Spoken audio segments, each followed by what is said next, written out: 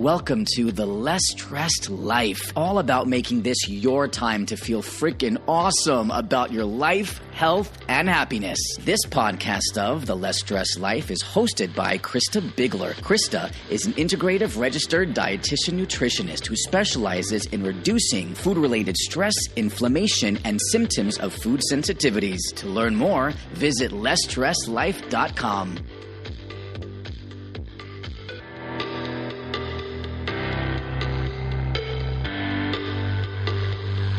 So today on The Less Stressed Life, we have Chalene Johnson. Chalene is a New York Times bestselling author, business coach, motivational speaker, and the creator of the 131 method. Chalene holds the Guinness Book of World Records for most fitness videos, which is a hilarious title, like a hilarious achievement, right? Awesome. And is the host of two top-rated podcasts, The Chalene Show and Build Your Tribe, which if you're a podcaster, I hope you've heard them and are subscribed. Welcome, Chalene. Well, thank you so much. I also find humor in that Guinness Book of World Records title. I like we're just trying to give you a lot of credibility here. I appreciate that. Anywhere I can get it. My mom appreciates it too. Good. Yeah. At least that's one of those things that your parents probably brag about the most. Yeah. They don't brag about my podcasting. My mom recently told me, she goes, no one listens to podcasts. I'm like, oh, okay. All right. Well, thanks. So today we're going to talk a little bit about weight loss resistance, and that can mean a lot of things, but there is a little bit of a backstory, and a story always means the most. So we'd love to hear a little bit about your backstory, because although you've got quite a foothold in the fitness industry, you spent a long time kind of redefining yourself as a business coach. And now we're taking a little bit of a 180 again, maybe not a 180, but it's just always part of your brand. But I'd like to hear about the inspiration. Give us a little bit of the backstory about where the 131 method came from and kind of how this all began. Well, thank you, first of all, for having me on the show. I am very excited. This is the first podcast interview that we've actually lined up regarding the 131, because as you know, we've been in like deep production mode. So I've literally declined all interviews, all opportunities, everything, just to be, fully engaged and involved in the research and development of the program. So it's really great to have this opportunity and to share this with you. So first I want to reference the first part of your question, which was, it feels like a 180. And I just had a conversation with someone about this where they're like, are you reinventing yourself? And I don't think any of us reinvent ourselves. There's just parts of us that we are more passionate about, or that we want people to know about. So I've always been really passionate about health and wellness and living my best life, and then trying to teach other people whatever it is I've learned. So sometimes that pain point is business, and sometimes that pain point is raising kids or my marriage, or it's fitness. But I always feel like whatever I'm just recently have figured out, I feel like, and I'm a Christian, and I believe that part of my purpose is to, listen to God's purpose, and whatever He's helped me through, I feel like I have an obligation then to share that with others and hopefully shed some light and make it a little easier for others. And that's truthfully how everything, like if I follow my career just follows whatever it is I'm passionate about, and whatever it is I'm passionate about is usually some type of solution I've discovered for my own challenge. And that has been fitness and health and diet. And the solutions are numerous, from organizing your computer hard drive to diet here. So, but as someone who's an expert, right? When you've got the Guinness Book of World Records title, you're clear that's instant expert status, right? So we know you're an expert in fitness and health, but you were going through some of your own struggles, right? And that's kind of where this new project came from. Yeah, I guess the more I've learned, the more I realize no one deserves that title when it comes to health and fitness. Really, I think we all can be investigators, but I think we get into a dangerous zone when we declare ourselves the expert or an expert. I'm a student, and the more I learn, the more I realize that there's so much we don't know. And the reason why this became so important for me is because my health was declining. And it started with for me, what I recognized, what became like really apparent and made me take action was my brain health. And I started by working with Dr. Amen, having my brain scanned, and realized that I had a brain of someone 20 years older than my chronological age. And I don't know if it would have inspired me to take action if I didn't have kids. Like, I just kept thinking, like, I do not want my kids having to deal with like changing my diapers and not knowing where, and having to put me in a home. Like, no, I'm young and cool, and I need them to, feel that way about me. I need to fix this. And realizing that so much of what I had done was self-inflicted. So I started down this path to restore my brain health. And that's where I kind of discovered like all the other things I didn't realize were signs of poor health that I was just neglecting, ignoring. So what were some, and by the way, that's not the first time someone has said that very same sentiment on this podcast. I remember someone else said something really powerful once that I will butcher. Something like, I don't want my kids, I want to be healthy enough where my kids don't have to take care of me. So basically, along the same lines. And that's an incredible drive for you. But what were a big drive for a lot of us, you and I both know that it's different for every person what makes them finally just care enough about their own health. And, that people always say you have to love yourself, but sometimes you have to love other people more in order to make those changes. Mm-hmm. Yeah, that's a fantastic point for sure, because it's always finding, this is always a hot topic, right? Finding and keeping motivation, whether that or not that's the word that we would want to use to improve ourselves, can be, can be too much for some people for a while, right? We almost have to, I tell people this all the time. Unfortunately, most people I see have to get much worse before they're willing to get better, right? We just have to kind of hit a rock bottom. I was the exact same way in my own health journey, right? We're going to deal with things until we realize that just because something's common doesn't mean it's normal, right? And so when we realize that this really isn't normal, then we try to take care of it. So let's talk about some of those symptoms, right? Because everyone gets those symptoms, and we ignore them. We think they're normal, but what were some of the symptoms that you had? Well, in terms of my my brain function, again, you just attribute them to all the things you hear everyone else complaining about. But mine got to a point where I felt like I was changing my personality. I'm a happy person. I'm always optimistic. I love people. I'm always in a good mood. But my inability to focus and my need to create complete silence and kind of a fortress around myself in order to just do really simple tasks like return an email became intrusive. Like, I would have to lock myself in in fact, we have a big office, my husband and I, but it's upstairs in our house. So if I could hear traffic outside, or someone walking through the house, or my husband breathing, how dare he, it would so distract me that like I would get angry and irritated, and I couldn't finish or think of like, what was I trying to write in this sentence? I heard someone breathing, how dare they? And I was just like becoming someone I didn't feel like was me. And I knew like, okay, so what's going on here? Am I depressed?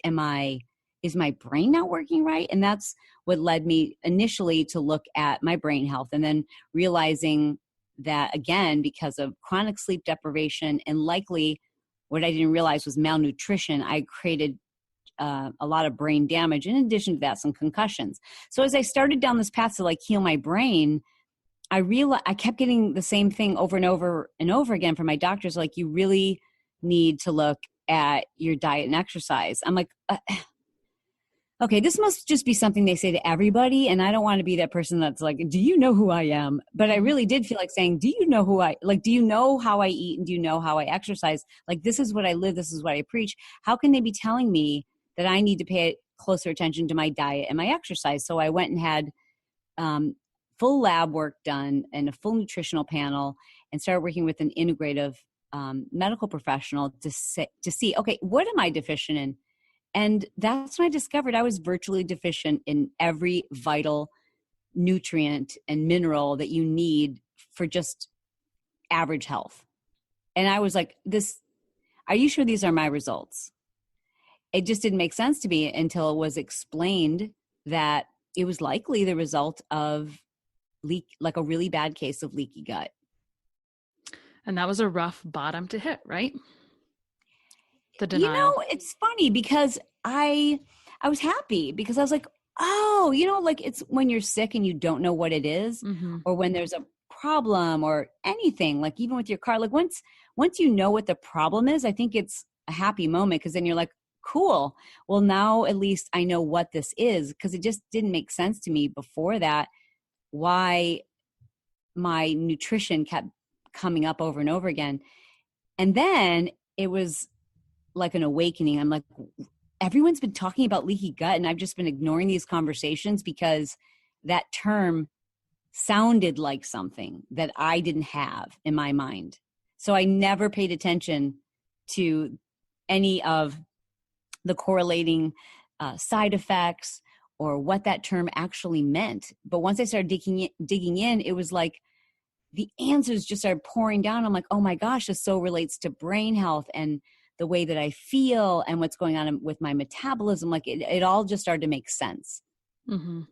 Yeah. Know better, do better. And what you originally thought. So you had so much clarity. First of all, you said, I don't know if they tell this to all their patients. I think it probably depends on your region and the type of doctor you go to. I would say it still feels to me from the nutritionist perspective that it's an anomaly for the doctor to say, you should really be looking at your diet first. And what a refreshing concept. Thank goodness that we're saying that. But, sometimes we think that we are really healthy, right? Like some people would say, I think my gut health is great. I drink kombucha and I eat yogurt, right? And so we would consider that being optimal, but really it presents in so many different ways. And so everything that we have is a symptom. And so you start looking at your brain. For me, I start looking at my skin. I didn't have digestive issues per se, but it manifests and each body shows symptoms in a different way. And for some people, they show a symptom as weight gain, right?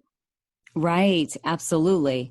And I think for so many people, we're treating the symptom, right? We're not getting to the root cause. And that is why we're so desperately searching for the right diet, because we think, okay, well, once I find the right diet, the holy grail, well, then I'll be able to take the weight off and then I'll be fixed. Or then, all I need is like this diet that I can stick to for the rest of my life. And we know that 95% of people, they lose the weight and gain it all back. And that started me on another journey, because as I started unraveling leaky gut and understanding more about diet and metabolism, I started looking into like, well, what kind of diet is right for me to heal my gut? And a big piece of that was, doing gut testing and realizing I had incredibly high levels of inflammation and wanting to figure out like why. Even once I'd changed my diet and I was trying to repair leaky gut, there were still things that were just causing me great inflammation that weren't on the so-called, list of inflammatory foods. So that just, it really got me to almost like with a passion go after the diet industry and this notion that we're all going to, be able to eat keto or paleo or, fill in the blank name of diet and we'll all be fixed. We've just all been, suddenly we've discovered what it is, and then just realizing we're so different. Every single person is so different. I get quite a few emails from people. Well, this has become kind of, I have to frame it up as a game almost, because my favorite thing, and we all do this, we are so busy, we haven't gotten answers from other people. So we try to figure it out ourselves. And now with Google, we can do a lot. We can get a long way down that rabbit hole. Right. And so anyway, sometimes I'll get messages from people, and actually probably the most common question any dietitian ever gets is, will you make me a meal plan? Not that I get emails that say that, but occasionally I'll get emails that are basically asking that. And the question, and so it's great that people are trying to be proactive and fix themselves. And sometimes my point is that people come to us, or we come to others with what we think our problem is, right? So you thought you had brain health problems, and really you realize that there was other root causes, like your body was working in a symphony. And so until you looked at the rest of the pieces, it didn't really matter what the brain was doing by itself. And so we always have these preconceived notions on what we think our problem is. Mm-hmm. Like you said, they find the holy grail of the diet. Like if this person makes me a meal plan, I had the most hilarious email conversation that it was a 2-exchanger. And basically the woman said she was sick of tracking what she was eating. I don't remember something. It was really hilarious. And I wish I could have replied and said, summary, you don't want to put in the effort for XYZ. Anyway, it's just really kind of funny because we need some, and that's why we do need to kind of get outside of our own brains sometimes to step back and realize what the real problem is, right? Because sometimes we need to talk about it out loud. What you said right there about that, the email that you received is what everybody wants, you know, and including myself before I knew better. It's like, I'm not picky. Just tell me what this simple solution is and I'll do it. Like, I'll do it. Just tell me what it is. But unfortunately, there isn't. And that was a hard, it was probably the greatest obstacle, I think, still today in reaching people with this message, is that we have to accept it is not simple. Mm-hmm. But it's incredibly rewarding. Guess what else isn't simple? Raising kids is not simple. But if you educate yourself and you care, then it's incredibly rewarding. Like, the most rewarding things are not simple. Mm-hmm. I love that so much. And really, at the end of the day, we can see where priorities lie. We have the luxury of getting to meet people often who feel that their priority is health. And maybe sometimes it is or isn't, because you can kind of unearth that as you get into the conversation where they're frustrated. You know, we can all become frustrated by our health. And so you get to this point of frustration to where you can just tell, you know, like you said, it's not really on or off. I always have trouble, and I know you do too, with this concept. You're not really on or off of a diet. You're constantly on a journey to improve yourself and to feel your best always. Mm-hmm. I think for a lot of people, myself included, I mean, I just have to, there's kind of like Chalene before 131 and after 131 AD and 131 BC. I believed, if, like, for example, in my Smart Life Push Journal, there's a section where you rank your physical health. And I was looking back at old ones where I ranked my health very high. And even though I know when I wrote that score down, going on truly with my health, and it wasn't good, but I ranked it very high because I believed my physical health was a score I gave myself based on how few calories I ate and how much I exercised. I didn't rank it based on how I felt, how my energy was. I really have had to look at health and realize that it's a much broader definition, and that I have an obligation to undo some of the damage I personally am responsible for. I mean, Krista, I have sold tens of millions of exercise DVDs. And, you know, you're teaching an exercise workout, but you're also messaging to people. Mm-hmm. And almost every one of those programs was sold with a quote unquote diet, you know, and in full disclosure, I didn't design those diets. They always had a team around me to design them, but I would be like, oh, okay, sure, this looks like a good diet, because I just didn't know better then. So in part, I feel responsible for the perpetuation of that message. And I've just drawn a line in the sand now, and I just won't be a part of any type of project or messaging that I think further misleads the public, and especially women, right? Because we buy the food, we influence our daughters, we influence each other, and we have to have a much broader, more inclusive definition of health. And when we do, you start to feel so much more in control. Absolutely. You know, there's a few pieces I take away from that. One is, I think, you know, this AD model, right? After 131 or after customization, after you realize this, I think we become spoiled. Like, you couldn't realize going backwards because now you just know better, right? So you've become so much more in tune with your body and how it's speaking to you, and you're listening so much more, that becomes the guiding rule of how things will be, right? And how you'll proceed. The other thing, from that standpoint, I'm sorry to interrupt you, but from that standpoint, it does become more simple, right? Like, so I said earlier, it's not simple. It's not simple to arrive at that point, but once you arrive at that point, it does become much more, it's easier to see. It's easier to understand. Everything makes so much more sense. Yeah, for sure. So when we talk about messaging, I actually saw a recent shift in messaging around the 131. We're referring to it in shorthand here with the 131, but for a while we referred to it as the 131 diet or the anti-diet, right? And now it's the method. It was almost like a light bulb went off, right? Because it's a methodology of helping people understand how to customize their own diet and kind of understand just everything in a bigger picture, right? But that was kind of an interesting transition. Do you want to speak to that at all? Sure. And that's probably a little bit more a discussion that will be interesting to people who are also in marketing. And I'll just be honest about this. When I was first developing the program, I knew I didn't want it to have like a name, like a diet name, because I don't believe it serves anyone to like belong to a diet tribe where it's like, we're the paleo people, we're the vegan people, we're the gluten-free people, because you can't, then what do you have to do if your body changes and that no longer works for you? You have to leave your identity behind.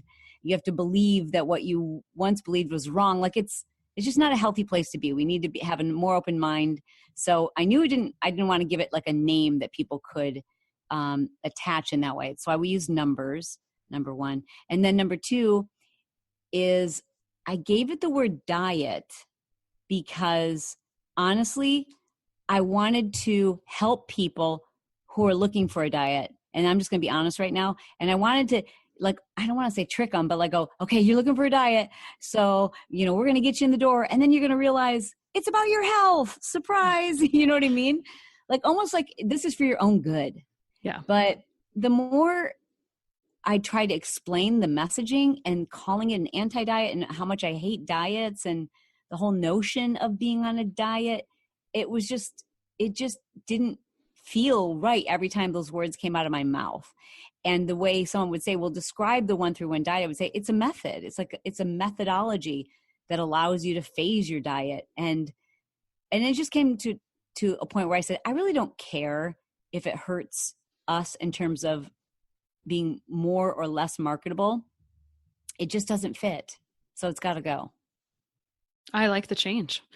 Thanks. And our whole lives are really methods, systems, and strategies if done well. We were just talking about kind of messaging overall with health and wellness, and something that that's very, very clear to you with the Courageous Confidence Club and some different things is that when we get into talking about health and wellness, we're not just talking about that. We're talking about other things as well, like body confidence, other things that overlap in our life, like organization, right? Being able to schedule your day so that way you can fit in these things that you've never done before. And just kind of integrating proper nutrition, having dinner with your family, like all these things that improve your health as your normal. So you're not on and off like, oh, I'm starting tomorrow. No, just like have dinner with your kids today. And just try to include them. It's a whole lifestyle really. And so we try to, we try to get kind of segmented, right? Like, I mean, I'm in the nutrition business, but more and more, sometimes I just have to stop and tell my clients, well, we have this kind of stress, like with your job. So if you want to get better, you must sleep. The end. Like you must. This is not an option. So then we have to talk through like, I think you need a house cleaner. It's funny the things that come up because it's just necessary. And it's a sigh of relief for someone else to hear it because at the same time, it's just one of those things. Sometimes you need to talk about it out loud to realize something that maybe is obvious to someone on the outside, right? So true. And it really like the word integrative, like every piece of your existence affects your health. Mm-hmm. How overstuffed your closet is affects your health. It does. How you're getting along with your teenage daughter or, your partner, that affects your health. Your pillow affects your health. The car, like all of these things. And I think we just wing it and just, white knuckle it and everyone else is adulting. So we should adult too and just suck it up and try to exercise more, eat less and sleep less. And we're just beginning to realize that wasn't such a good plan.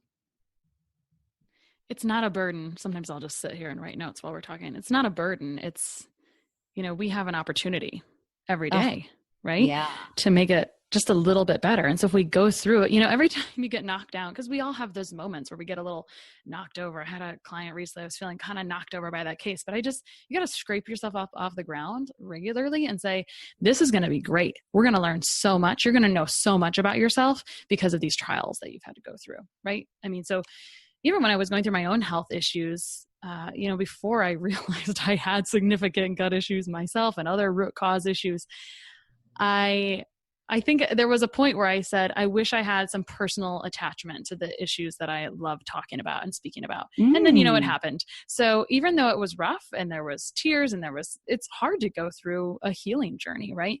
But, if you can go through it with a little bit of gratitude and with optimism and, sometimes you need, again, you need something else to kind of help you along in that way. But if you can go through it with opportunity in your mind, it's easier to go through, right? And so we just have to pick ourselves up and say, we can help someone else with this, which is exactly, kind of the platform that you've run your business on, right? I think so. I think that it's one of the parts about people's experience when they go through the 131 that I love the most is when we ask respondents, what motivated you to try the 131 method? Overwhelmingly people say weight loss. And then when they get in the program, they realize that what was so much bigger was an underlying issue that they didn't know they had the ability to heal themselves. And we hear it over and over again. And I certainly don't want to make medical claims about the 131 method, but we're fooling ourselves if we don't make medical claims about our nutrition. And that's what the program's about. It's a nutrition program. And so, yes, people have relief from joint inflammation and brain fog, any autoimmune disease you can think of. So many people, they go through the program, they didn't join for that reason, but then they realize they're healing themselves by figuring out what works for them. I mean, we've seen it with patients with MS and PCOS and eczema, and I mean, you just name it.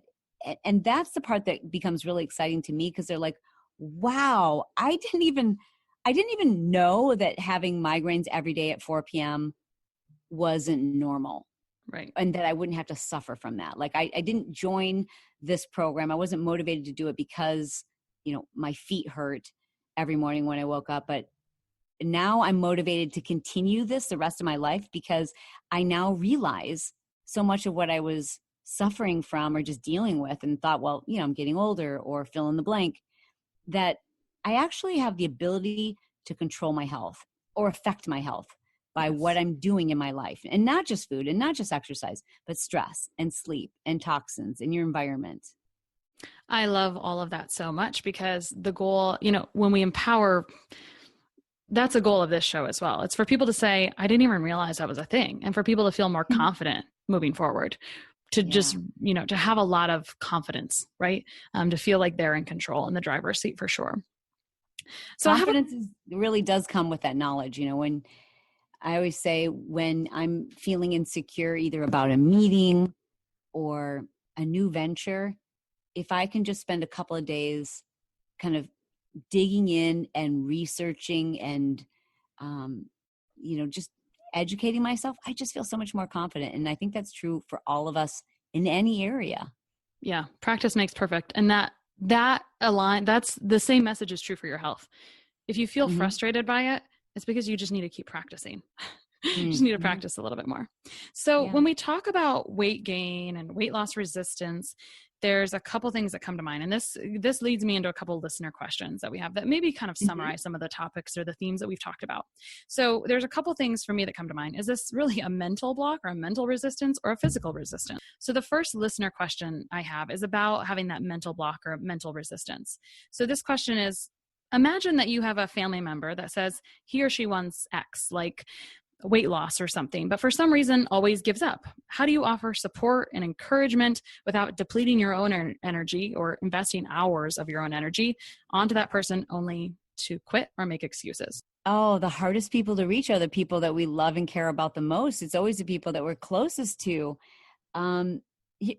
So without knowing the particulars, I'd like to speak in general terms, because I think it'll help the greatest number of people. And that is, anyone who has a weight issue, they know it.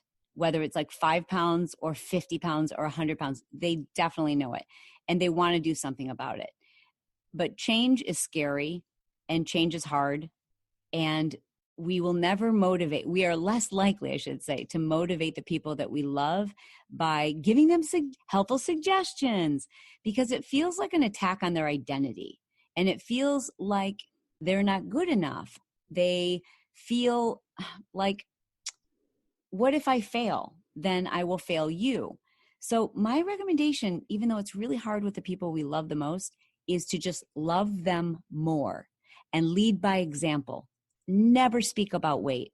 Always speak in terms of health and energy. If you do notice someone is making progress, again, as tempting as it is to say, wow, your face is looking really thin, or wow, it looks like you've lost some weight.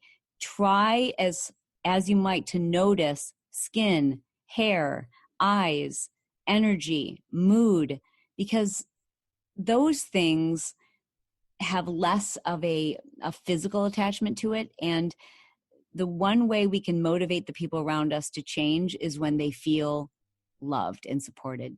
So although it's really hard, I think that's the best approach. Yeah, I love it. And I'll tell you one thing that I've learned through practice is with a friend or family, depending on how they want to change. We have almost a predisposition to where we treat, because they're family or friends, we want to treat them differently or special or something. And I've found that if I lay out boundaries and just say, I want you to have the best results anyone else would, so I'm going to treat you exactly the same as anyone else, it's a much better outcome, right? Because anytime you throw away kind of what your boundaries are, whether it's personal, family, work, whatever, you're just going to end up hurt, right? The person who wrote the inquiry asked about, how do you guard your own energy? And I would say I've certainly been guilty of so passionately caring about somebody else's outcome that, it's my desire to help. It's my desire to want to have them live their best possible life, but it comes across as being a know-it-all. It can come across as being too passionate or aggressive. And ultimately, again, people feel like it's an attack on who they are when we're just trying to help. So I've just taken a vow myself this year to not try to help unless I'm specifically asked. And even then, to pull back so that I'm not overly invested in somebody's outcome. Like, that needs to be important to them. And I can't waste the energy. I don't mean to sound like it's a waste, but truthfully, I can't waste the energy trying to make something happen for someone else when they have to do that themselves. Yeah, absolutely. I mean, you and I both then are a little bit the same, where we take people's results maybe to heart at some point in our life. Yeah. And so I think for the person that's victim of that, it's good to go look at stages of change theory or model, because anytime you kind of feel wiped out by that, it's good to remind yourself, like, this is a thing. There's pre-contemplation, there's contemplation, there's stages of this. And so when you're okay with where that person is, you're going to be better off, right? You won't take it so personally either. So I'm going to Google that, stages of change. Yeah, theory or model. There's like 5 Love stages. So the next listener question is, going back to that overview, which is, mental block or physical resistance. And so this is about physical resistance. And I think we touched about this, but to simplify this answer, the question is, what do you tell someone that seems to be following all the rules and exercising, eating according to a plan, and struggling to lose weight despite maybe normal thyroid tests, which is a whole other topic, but that was the question. Well, it can be so many different things. And I think that's why we have to be in charge ourselves. Because when we're following someone else's prescription, you can be doing everything right. You can be doing everything that you're supposed to be doing, and it may not be working for you because it's somebody else's quote unquote right. And that's why I think we have to investigate for ourselves. If you are charged with the responsibility of helping somebody else improve their health, I think part of that process is educating them so that they can figure it out, right? Like, we often know what the problem is if we have enough information to evaluate ourselves. So I think as those who are nutritionists and those who are counseling others when it comes to their health, part of being a great coach is teaching your students everything you know so they can evaluate themselves. Because that person might be doing everything right, and there might be something else going on. There might be that they are either underreporting or overreporting, or there's maybe there's leaky gut going on. There's so many things that could be going on, and they're going to need to solve that mystery. And I just don't think it's someone else's responsibility. Like even our own physicians, like nobody knows more about your body or has more intuition about what's going on than you. You just need more information. Right. So I will add a little bit to that. And that is, the first time you do something, it's the hardest, right? Or it seems the hardest. The first time you tried to drive, it was much harder than what you do now, which is almost on autopilot. And so that goes back to the practice thing. And so sometimes when people are learning about something the first time, it can start to feel overwhelming because when you didn't know a lot of there's always so much to know, right? And so one strategy I use with people to help them figure it out is draw a picture, because it'll be less tricky, right? So draw a radial, you're at the center, and then it's like a mind map almost. You draw like arms and say, we got this, and like here's all the possible causes and this, and it just allows you, and it can be cleaned up later, but it's almost like a visual brain dump of getting your thoughts out. So you feel like, okay, now that I see it all in one place, it's like a puzzle to kind of put together. Who can help me put this piece together? Who can help me put this piece together? And it puts you back in that control and that driver's seat, instead of feeling like you've tried one thing and then you stopped, and you tried another thing and then you stopped. Well, because have you really actually tried that to the fullness, right? Because there's that piece as well. Great advice. Okay, so just finally here, as we're talking about this as a movement, the 131 method, what do you see as the future of this movement, or what are your hopes and dreams related to creating something so big that's become a foundation of our wellness? I mean, I have really big dreams for this as a movement. My prayer is that it trickles down to the next generation of girls and the next generation of girls. And I start with girls because, again, I really believe that's where, as it stands right now, we're doing the shopping. And, we dictate body image, and we speak that to our children. We're feeding our young children. And my prayer is that we look back on a day when people were just like crazy over a singular diet, and we think it's just ludicrous. It's like, do you remember when everyone was like doing the fill in the blank diet? And we think it's funny. I think we're on the cusp of knowing so much more than we know today. And the more we know, the less we realize, the more we know, the more we recognize how little we do know, and that there really are so very few definitives when it comes to our health. I mean, the more intelligent and informed the scientists I speak with when it comes to the research we've put in the 131, the more I hear them taking kind of a neutral stance on almost everything.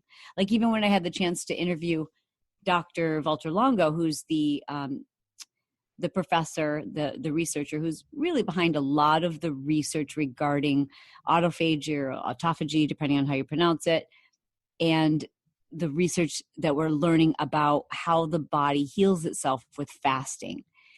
And I have so many questions for him, because so many experts are like, well, but what about mTOR? And what about protein? And what about your fast mimicking diet? Why is it? Can you explain this? And so many of the things where he probably has a more definitive answer than anyone else with actual human studies, he still takes a position of, well, this is what we know, but we don't know for sure, and we're learning more.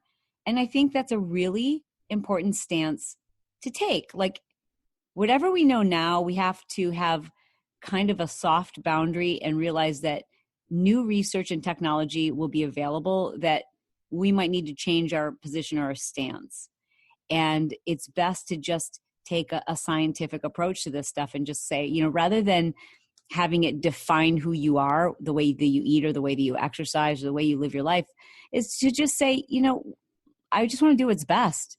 And as more technology and science is available to us, we're going to know so much more. I think that technology is going to advance to a point where we'll be able to wear a device that tells us what we're deficient in.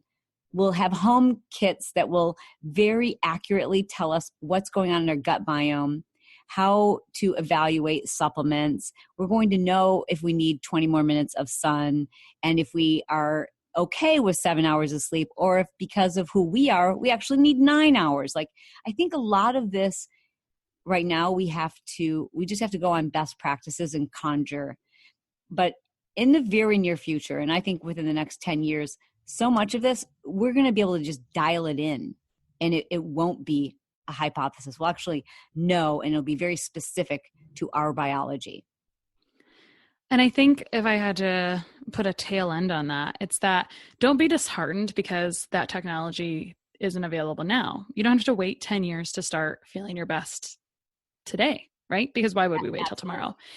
Start with where you are and learn something new every day related to your priority, whether it's health and wellness, because as we discussed, this is integrated in all areas of your life. Whether you like it or not, it seeps into all your other areas. So learn something every day. Be optimistic and excited about the future. About it's not freedom. Education is amazing. And that with that freedom comes confidence, and with that confidence comes better decisions and a happier you and a fuller life. And it's just a trickle down effect, and it's such a positive way to influence every part of your life when you stop looking at your health as being on or off a diet, when you stop evaluating your worthiness as an individual based on how difficult or how hard you worked out that day. Like, it's a very freeing, happy place to be. And my hope is that someday everyone can know what that feels like. Yeah, absolutely. For sure. There's a need for a lot of hope in the world, I would say, for sure. What's your final gut reaction you might tell someone that feels like the story and what we've discussed today is a big breath of fresh air? It speaks directly to them in terms of how they felt about diet culture. I'd want to give them, my gut reaction would just be to give them a big hug and like, yes, like I have this experience every time I meet someone who, like, they're a week into, not even a week, they're like 2 days into the 1-3-1 method, and you can just hear it, you can read it, and you just feel that emotion that people feel when it's like they've uncovered the truth. And it's such a powerful, exciting place to be. And I feel emotion. I want to hug that person. I want to say, you never have to look back. You never have to look back. Absolutely. It was refreshing and so fun to talk all about anti-diets, how people feel about themselves, everything today. Where can people find you? Well, I would love for them to see my story, like to understand more about how I got here. And by here, I mean where I've just taken a completely different approach to helping people with health and fitness. It doesn't look anything like what it once did, and understand my journey a little bit more. I think they'll really relate to the story. And you can find that story by going to 131method.com. There's a little video there where I talk about, being in exercise videos and how I ended up in this position, and how I found myself at the least healthy I've ever been in my entire life was probably when I was at the peak of my career in health and fitness. And what a disservice that we do sometimes because of the marketing of these programs. But I think people will relate to it because it's everyone's story. It's just being frustrated and feeling like, well, I must have done it wrong. Well, I guess this is just me. Well, I guess I must have a slow metabolism. Well, I guess I'm not disciplined or strict enough. I guess I'm not working out hard enough. And I think people will feel that feeling where it's like, aha, this makes sense to me. So I would encourage people to go to 131method.com. But if you want to connect with me, and tell me you heard me on Krista's podcast, follow me on Snapchat. I'm Chalene Official, no spaces, all one word, Chalene Official. All right. Sounds great. Well, thanks so much for joining us again. And I had a good time, and can't wait to get this out to the world. Thanks so much. Well, thank you. And thank you so much for being such a big part of the 131. It is really, it's an honor to have such a cool team. And when I say cool team, like a team that we all share the same vision. And I feel like we're all part of like changing the planet together. So it's an honor to be here with you today. No, thank you. And it was such an honor for me to bring this interview to you guys today. So to learn more about Chalene's story and for an education about your body in this program, go to 131method.com. That's in numbers, 131method.com. And for one-on-one support and help with your gut health, go to lessstressednutrition.com. Talk to you soon. One of the best gifts you could give us at the Less Stress Life is your feedback. We are paid in podcast reviews.